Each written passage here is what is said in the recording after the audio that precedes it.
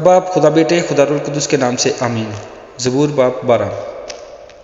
ए खुदावंद बचा ले, क्योंकि दीनदार नहीं रहा और अमानतदार लोग बनी आदम में से मिट गए हैं।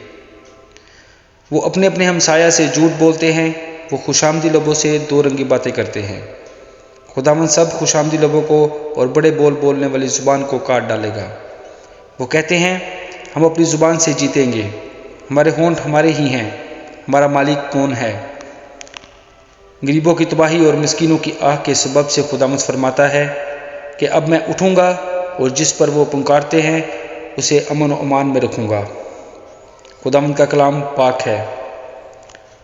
उस चांदी की मानन जो भट्टी में मट्टी पर ताई गई और 7 बार साफ की गई हो। तू ही है खुदावंद, उनकी हिफाजत करेगा, तू ही उनको पुष्ट से हमेशा तक बचाए रखेगा। जब बनी आदम में पाजीपन की कदर होती है तो शरीर हर तरफ चलते फिरते हैं। आमीन।